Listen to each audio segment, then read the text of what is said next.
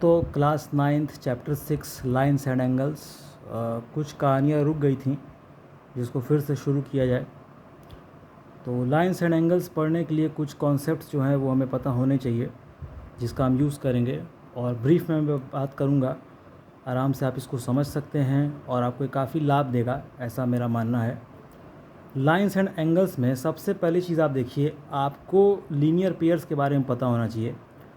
अगर कोई एक स्ट्रेट लाइन है तो उसका ये वाला जो एंगल होता है, स्ट्रेट एंगल जिसको हम लोग बोलते हैं, वो कितना बनता है? 180 डिग्री बनता है। तो लीनियर पेयर्स को हम अप्लाई कैसे करते हैं? यहाँ पे देखिए मैंने 3 एंगल अलग अलग लिखे हैं, ये 1, 2 और ये 3 एंगल, यानी एंगल DOA, एंगल DOA ये वाला एंगल, एंगल DOC ये बीच वाला एंगल, और एंगल COB यानी एंगल COB। इन तीनों का सम जो बनता है 180 डिग्री बनता है, ये लीनियर पेयर से बनता है। ये सब हम जानते हैं, इसको अप्लाई हम करेंगे। यहाँ दूसरा कॉन्सेप्ट है वर्टिकली अपोजिट एंगल्स का। ये क्या बोलता है कि अगर मेरे पास दो लाइंस हों AB और CD, वो अगर एक दूसरे को इंटरसेक्ट कर रही हूँ, मान लो सपोज़ करो ये पॉइंट O पर इंटरसेक्ट कर रही हैं, तो एंगल AOC ये वाला एंगल AOC और एंगल DOB यानी DOB जस्ट इसके अपोजिट वाला वर्टिकली अपोजिट, ये एंगल बराबर होंगे वर्टिकली अपोजिट एंगल से। In the same way angle AOD जो है इधर वाला, ये डबल लाइन वाला एंगल जो बनाया है, वो एंगल COB के क्या होगा? बराबर होगा। ये वर्टिकली अपोजिट एंगल से बराबर होते हैं। तो ये कॉन्सेप्ट हुआ। यहाँ पर एक और बात ध्यान से देखिएगा, ये कॉन्सेप्ट है पैरेलल लाइंस और ट्रांसवर्स से रिलेटेड। ये क्या बोलता है कि अगर मेरे पास दो पैरेलल लाइन हो, सपोज़ ये L और M मेरी एक पैरेलल लाइन है और इसको एक ट्रांसवर्स कट कर रही है N, ठीक ना? तो इसमें कुछ एंगल्स होते हैं जो आपस में इक्वल होते हैं, उनमें क्या क्या रिलेशन होते हैं उसको समझना बहुत ज़रूरी है। तो मैंने अलग अलग एंगल को मार्क कर रखा है, एंगल 1, 2, 3, 4, ठीक है, 5, 6, 7, 8। तो इनमें क्या रिलेशन है ज़रा देखिएगा। एंगल 2 जो है वो एंगल 3 के बराबर होगा, यानी ये ऊपर वाला एंगल 2, इसके नीचे ये एंगल जो है 3 के बराबर होगा। इसको बोलते हैं कोरिस्पॉन्डिंग एंगल्स, हिंदी में संगत कोण बोलते हैं। एंगल 1 जो है एंगल 7 के बराबर होगा। देखो नीचे वाला लिया एंगल 1, तो यहाँ भी नीचे वाला लिया एंगल 7, ये भी कोरिस्पॉन्डिंग एंगल्स है। दूसरी साइड आ जाइए, एंगल 4 जो है वो एंगल 5 के बराबर होगा, और एंगल 8 एंगल 6 के बराबर होगा। ये कहाँ से लिखा? कोरिस्पॉन्डिंग एंगल से। इतना उम्मीद करता हूँ आप समझ पा रहे होंगे। ये एक्सियोम्स हैं, इनका कोई प्रूफ नहीं है। आपको एक मैथमेटिकल एक्टिविटी करके इसको प्रूफ करना होता है। ये बस एक ऐसी बात है, एक्सियोम है, इसको आप याद कर लो।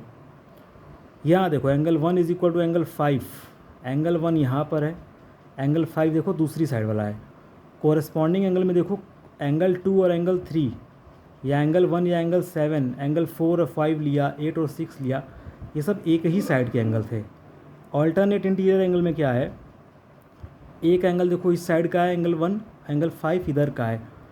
इस ट्रांसवर्स लाइन के एक तरफ का एंगल ये दूसरे तरफ का एंगल है।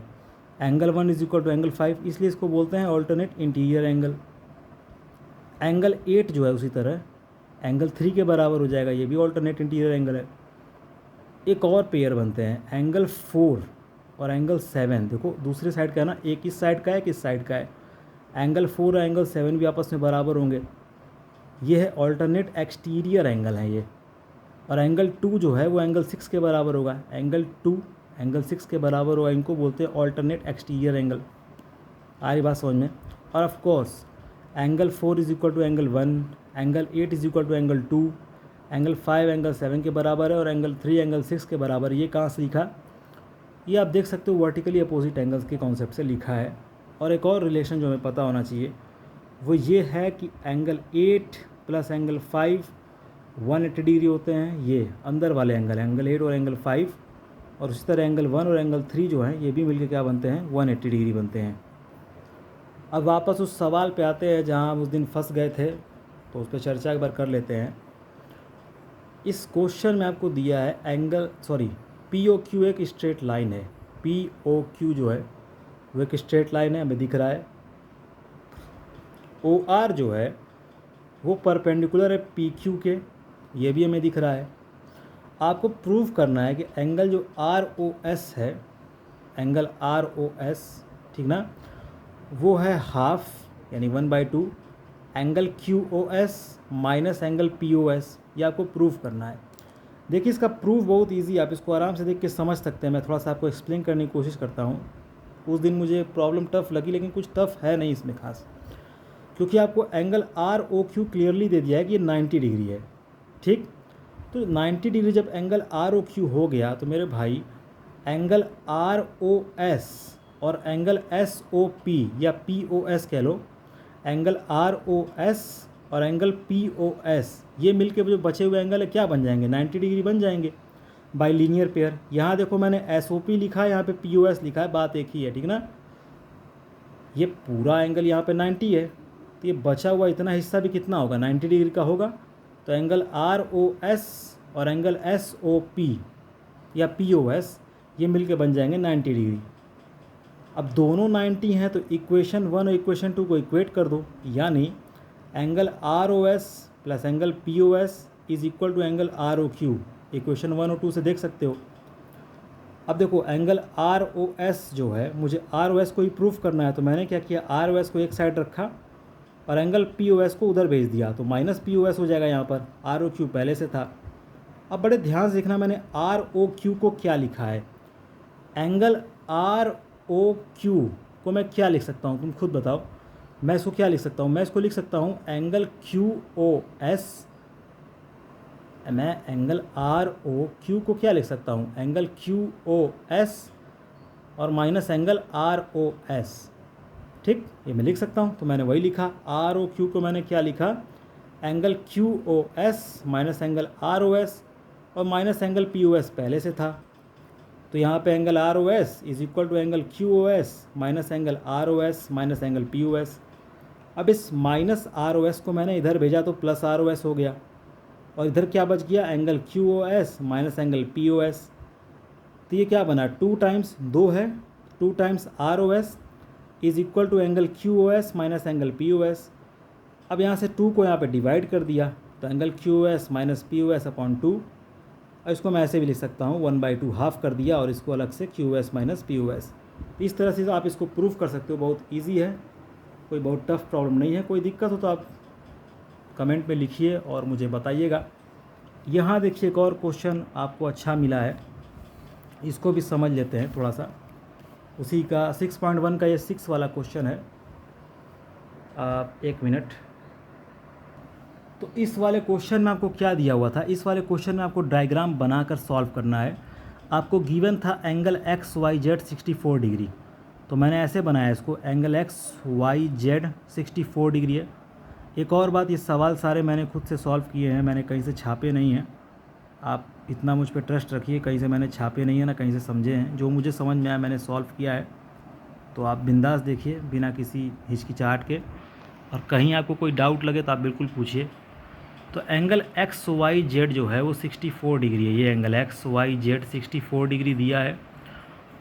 और क्या बोल रहा है सवाल में कि मैंने एक्स वाई जो ये लाइन है इसको आगे बढ़ाया है पॉइंट पी तक, ठीक है भाई, बढ़ा दिया। और फिर दिया है कि जो वाई क्यू लाइन है, ये वाई क्यू रे, ये बाइसेक्ट करती है एंगल जेड वाई पी को, एंगल जेड वाई पी को ये लाइन बाइसेक्ट कर रही है, मतलब 2 भाग में बांट रही है एंगल जेड वाई पी को, यानी इतना एंगल एक्स हो गया, इतना भी एक्स हो जाएगा। बाइसेक्ट मतलब क्या होता है, बराबर बांटना। अब मुझे फाइंड क्या करना है, एक्स वाई क्यू फाइंड करना है, एंगल एक्स वाई क्यू, यानी एक्स वाई क्यू ये पूरा एंगल फाइंड करना है, और reflex Q Y P find करना है, रिफ्लेक्स क्यू वाई पी। कैसे सॉल्व किया, बाई फिगर से देखिए आप। ये पूरा एंगल देखो जो मैंने घेरा है, ये पूरा एंगल कितना है, 180 डिग्री होता है स्ट्रेट लाइन के लिए। तो x प्लस 64 कितना बनेगा, 180 डिग्री बाई लीनियर पेयर। आ रही बात समझ में। तो x और x क्या बनेगा, 2x plus 64 is equal to 180 degree. 2x क्या बन जाएगा, 180 माइनस 64, तो यहाँ से 2x क्या बनेगा, 116 डिग्री। x की वैल्यू आ जाएगी 58 डिग्री डिवाइड करके, तो x 58 आ गया। अब आपको निकालना है एंगल एक्स वाई क्यू, यही पूछ रहा है आपको, एक्स वाई क्यू। आप ध्यान से देखो फिगर में, एक्स वाई क्यू क्या है, एक्स वाई क्यू। अगर आप 64 डिग्री जो ये दिया है, 64 में एक्स जोड़ दो तो आपको एंगल एक्स वाई क्यू मिल जाएगा। तो मैंने भी 64 में एक्स जोड़ दिया, एक्स की वैल्यू 58 थी, इसको जोड़ दी तो क्या बना 122 डिग्री। और आपको क्या, तो क्यू आई पी क्या बनेगा, देखो क्यू आई पी भी क्या माना था, एक्स माना था, तो ये 58 डिग्री बन गया। लेकिन आपसे पूछा है reflex of Q I P, reflex निकालने का मैंने रूल बताया था 360 में से माइनस कर दो 302 डिग्री। क्योंकि जो एक एंगल होता है, सपोज़ यहाँ मैंने लिया एंगल ए ओ बी, ये हमेशा एक पेयर में चलता है। अगर आप इसका एक्यूट वाला पार्ट देखोगे 60 डिग्री है, तो ये रिफ्लेक्स वाला पार्ट जो बचा हुआ है वो कितना हो जाएगा 300 डिग्री हो जाएगा। तो ये सॉल्यूशन भी आपको देख के समझ में आ जाएगी, आप इसको नोट करिएगा। ना समझ में आए आप मुझसे डिस्कस कर सकते हैं पर्सनली भी। ये इस क्वेश्चन में लीनियर पेयर लगाया, कुछ नहीं किया, जैसे बोला क्वेश्चन वैसे बना दिया। उम्मीद करता हूँ आपको समझ में आया होगा।